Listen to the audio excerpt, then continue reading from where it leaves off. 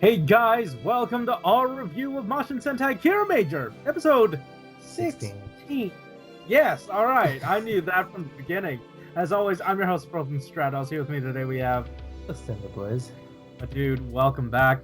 But before we get started, just want to mention once again that there are still links in the description to how you can help support the Black Lives Matter movement by donating or signing petitions, so absolutely go do that.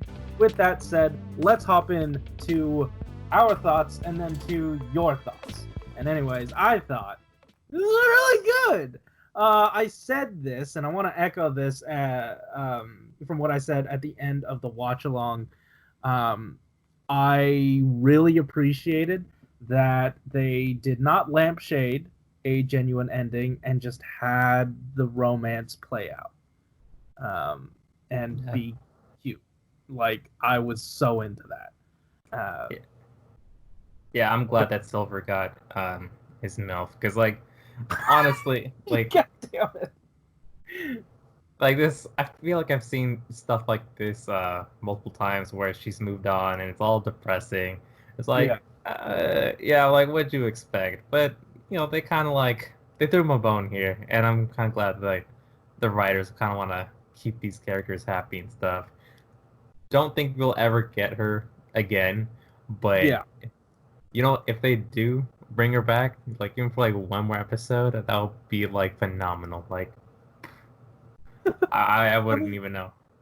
You know, they threw in that weird wrench of, hey, she's a violinist, which I guess you could say that they used that aspect of her character so that she'd be able, like, her event would attract a lot of middle-aged women for the Marshmallow Man to turn into marshmallows. Yeah. But it could also be noted that there maybe wasn't much done with her violinist aspect or her violinist backstory. So there could be some potential there. Like, typically, I don't think anything of one-off Sentai characters, but for Kiramager at least, they tend to use interesting things. You know Yeah. what I mean? Speaking of which, the freaking villain of the week choosing middle-aged women to become marshmallows because it's what they desired, right? Soft, supple skin, but. I didn't understand. There might be like a cultural thing with that, because Wait. Like ladies, like old ladies always complain about stuff like that, about like, aging skin and all the products that kind of like go with that. Sure. And like even at the end of the episode, they kind of like acknowledge as being a little dickish about it. Yeah, that was great. I'm sorry for everything I did. I thought I don't really have too many thoughts. I don't have any like profound thoughts on it. I just thought, oh, okay, villain of the week, his gimmick, his targets. Yeah, that's it. Also, Crunchula was all about eating some of that.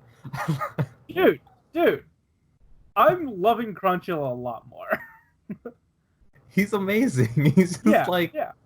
Ever since the last episode with the red light, green light, I've been all about some Crunchula. Yeah, that sick bastard. Now Crunchula comes with marshmallows. Add that to your cereal box. Yeah.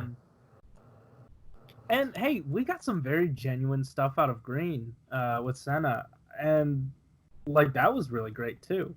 And on top of that, like, their antics during the episode led to them figuring out how to defeat the monster by freezing it so it would shatter. Like, once again, Kiramager does the thing where no part of the episode is wasted. Everything has a purpose or multiple purposes. Like, them making the marshmallows was to show how dedicated they were to helping their friend, especially Senna.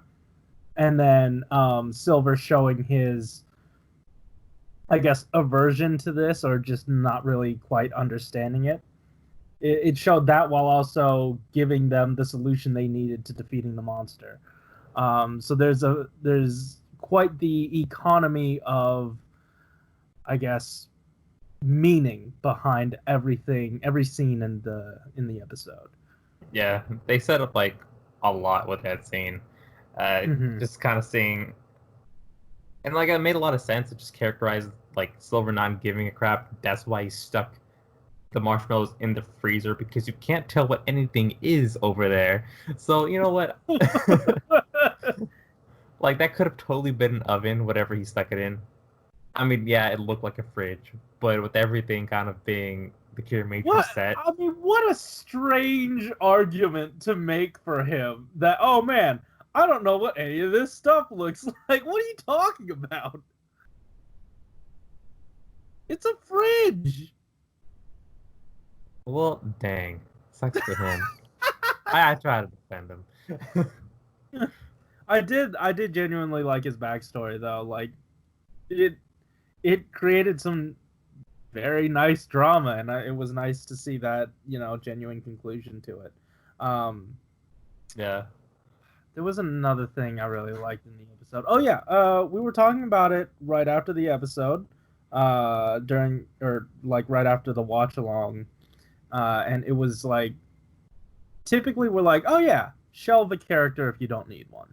Like, we're always like, oh man, this show's not afraid to shelve Red for a little bit, in order for the plot to work. But this episode was like, we can use all of them, and well. And they did. And, I mean, aside from Red, because I don't know that he got to do too much other than, like, make the mixing track. I mean, that, and also sort of just give context to how Senna was feeling about the whole situation, and how her determination to help friends, or at least help Silver specifically in this situation, was something she was really happy about. So, I don't know, like, that was helpful. I just don't know what else he did outside of, make toy. Do thing, make toy. Yeah. I personally don't know, because, like, people typically refer to things as filler if they do not create a new toy or move the plot forward. I don't think creating a new toy is grounds for calling it, like, not fit. You know what I mean? Yeah, this is definitely a filler episode. Yeah. Makes a lot of sense because it's also the marshmallow episode. Just like a bunch of filler. Speaking of filler, ooh, that ass! Yeah, seeing a chunky villain of the week was something I didn't even expect to see. I didn't even notice it until you pointed it out. You're like, oh, that thick boy. I'm like, what are you talking about? And then, like, you see, like, him blocking the attacks with this giant ass, and you're just like, ah.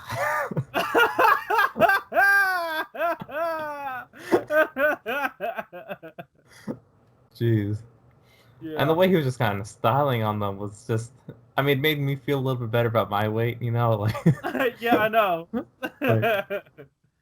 Yeah, that was a little unique. It was. Yeah. This whole show is unique. Also, I love how the show was like, so we're just gonna reuse one of the big villains this week. We're just gonna reuse the thing that shot the missiles out with the button, except no button this time. Because that was dumb. Yeah. Yeah, I don't know. All around good things to say about this episode. Also, Senna's smile. Evergreen enjoyment. Shall we dive into some comments? Sure. All right. So, we've got you gave us comments, and we've got them now. And the first one comes from Double the Unknown. Welcome back to this side of the Toku, buddy. Takamichi had an episode with pink, red, blue, and now green. What? He's been having an episode with yellow. He's having an episode with yellow next week. Never saw that coming. I'm pretty sure he's actually afraid of marshmallows because his dad confiscated his marshmallows for not getting 1,000% on his test. Also, why was Mamashita wearing a mask? She's a rock. She probably can't even get the Rona. Anyways, it was another solid and fun episode. You know what? She just wanted to be included in the masks. It was kind of funny that we are catching up to coronavirus stuff now, and we kind of just sort of see what they're doing. Because in that shot, you saw everyone piled up together with masks on, and then Silver without a mask far in the back. That was pretty neat. Like, Yeah. oh, you know what's going on, but like, it works. Yeah, I feel like it's kind of inconsistent, you know? Like sometimes all wear masks, sometimes they just don't. I know Green specifically took her mask off and then got right into Silver's face. Yeah. But yeah, all right. This next comment comes from Dustin Smith. Just as I thought, this episode did not disappoint. That's now 16-16 for this series. It was nice learning a little bit about events leading up to him becoming half Crystallian. I admit, being only a Canadian, I'm not familiar with the Japanese concept of Japan's White Day and Brown Day. Does anyone know if that's a actual day in Japan? And if so, what is the days about? It looks more like a Valentine's Day thing. Marshmallow Marsk was pretty goofy, basically being a walking fat joke of Marsk's, but his ability to withstand attacks was pretty unique.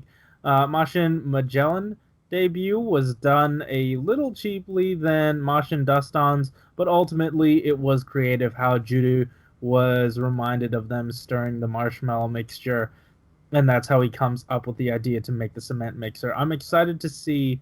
I'm excited for next week where Takemichi gets his first complete mecha. Also, marshmallows is people. Yes, they is. What you were saying about the let's see, the stuff with what is his name? Magellan. Is that really his name? Ooh. The crystal, the new one they found. It's something like that. Oh, okay. No, I mean I was reading off of here, but even though they didn't really do too much, you know, like it did seem a little just sort of shoehorned in, I guess, which adds to the whole fillery nature of it. But I really like that they just sort of all have individual voices and just hang out. Like it sort of gives a neat context to it, a neat layer to it that like does not feel as throwaway as if they just sort of got a device that they used. It has a voice, it has a personality, it has a name, and I guess its name is Magellan. But I like it. I like the added depth that the voices give to these. And it was nice to see something green. So, yeah. But Alex, do you have anything else to say before we end off here? No, not really.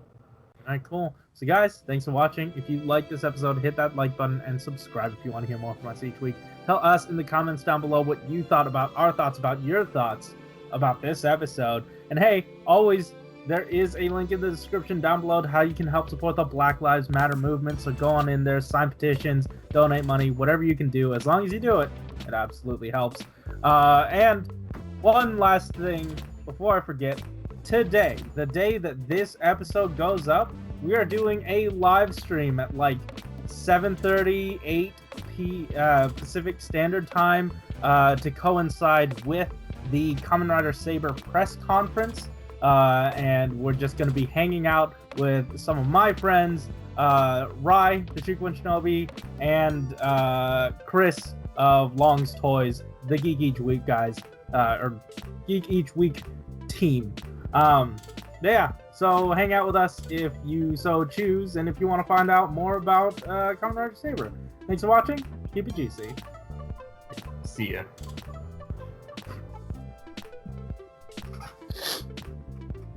I'm surprised you'll be able to make it. Hey. I'm not really doing much. Sure. I mean, yeah. Like, you don't typically do stuff until, like, now.